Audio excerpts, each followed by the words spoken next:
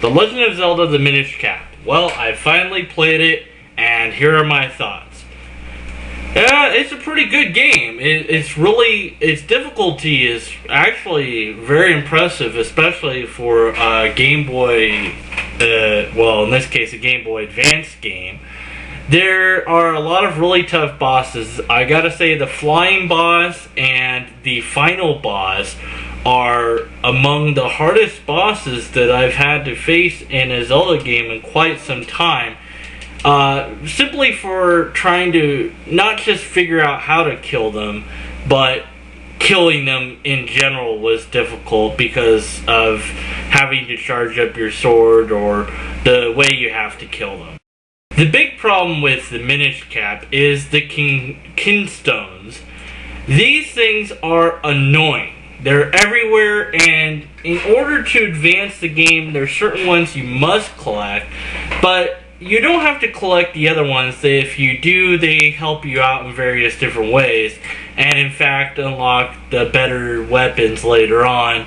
Some of that requires you to interact with Tingle, who I hate.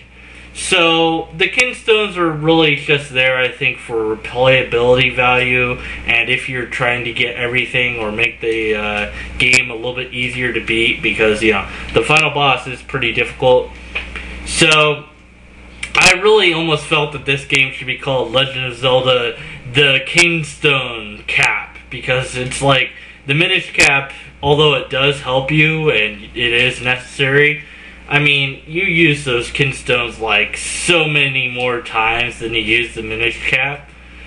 Anyways, so, brief mention Zelda timeline-wise, I don't see how anybody could argue that this game isn't the first game in the timeline, because the Triforce isn't in it, although it's mentioned, and the Minishcap becomes your hat. So it's really before that, Zelda or Link didn't have a hat to wear, or wouldn't have had a hat to wear if it wasn't for this Zelda game. So I think this one is at the start of the timeline, but again, that whole conversation is kind of silly.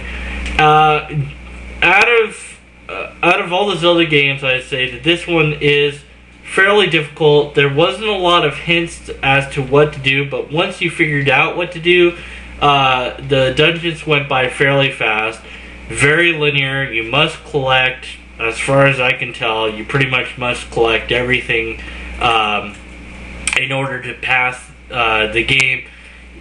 You could go and grab certain treasures, and maybe you could avoid getting the heart containers, but there's really no skipping around in this game. You have to go in the order it gives you.